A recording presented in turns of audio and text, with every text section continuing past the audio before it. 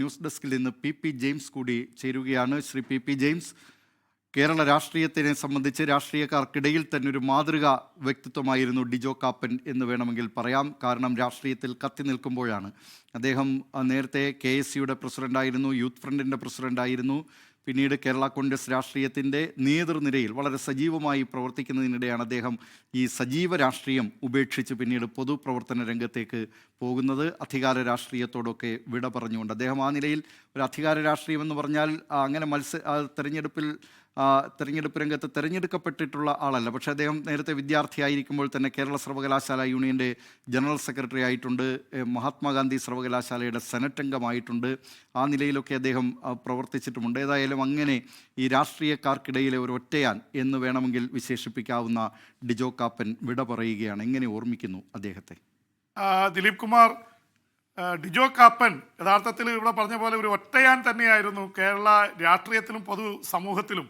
കാരണം ഞാൻ തിരുവനന്തപുരത്ത് മാധ്യമപ്രവർത്തകനായി ഇരിക്കുന്ന കാലത്ത് വലിയ അടുത്ത ബന്ധമായിരുന്നു ഡിജോ കാപ്പനുമായിട്ട്. മിക്കവാറും ദിവസങ്ങളിലൊക്കെ ഞാൻ DBയുടെ റെസിഡന്റ് എഡിറ്റർ ആയിരിക്കുമ്പോഴൊക്കെ അവിടെ ഓഫീസിൽ വരുമായിരുന്നു, ഒരുപാട് കാര്യങ്ങൾ ചർച്ച ചെയ്യായിരുന്നു. പക്ഷേ അദ്ദേഹത്തിൻ്റെ ഒരു പ്രത്യേകതയായിട്ട് ഞാൻ കണ്ടിരുന്നത് വലിയ രീതിയിൽ കാര്യങ്ങളെക്കുറിച്ച് ആഴത്തിൽ പഠിച്ച് അവതരിപ്പിക്കുന്നതിന് വലിയ കഴിവായിരുന്നു. ഒരുപക്ഷെ കേരള രാഷ്ട്രീയത്തിൽ വലിയ താരമായിട്ട് വരേണ്ട ഒരാളായിരുന്നു.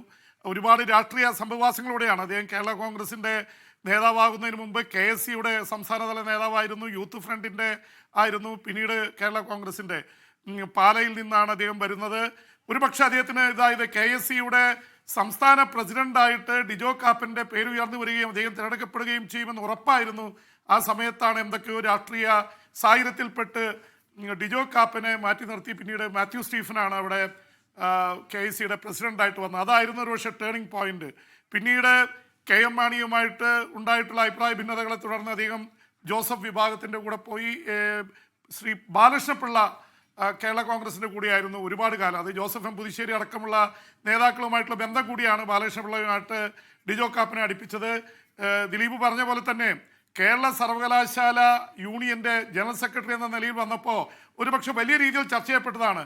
അന്ന് SFIയുമായിട്ട് ചേർന്നുകൊണ്ടാണ് KSC ഇത് ചെയ്തത്. ഇന്ദുചൂടനാണെന്ന് തോന്നുന്നു എനിക്ക് അന്ന് ചെയർമാനായിരുന്നത്. ജനറൽ സെക്രട്ടറി എന്ന നിലയിൽ കേരളം മുഴുവൻ ശ്രദ്ധിക്കപ്പെട്ട ഒരു കടന്നുവരവായിരുന്നു ഡിജോ കാപ്പൻ്റെത്.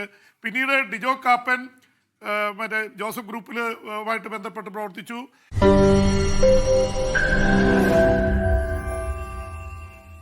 ലോകത്തെവിടെയായാലും ഏത് സമയത്തും 24 വാർത്തകളും ഓഗ്മെന്റഡ് റിയാലിറ്റി പാക്കേജുകളും എക്സ്പ്ലെയിനറുകളും വിശദമായി കാണാൻ ഞങ്ങളുടെ YouTube ചാനൽ നിങ്ങൾക്ക് സബ്സ്ക്രൈബ് ചെയ്യാം.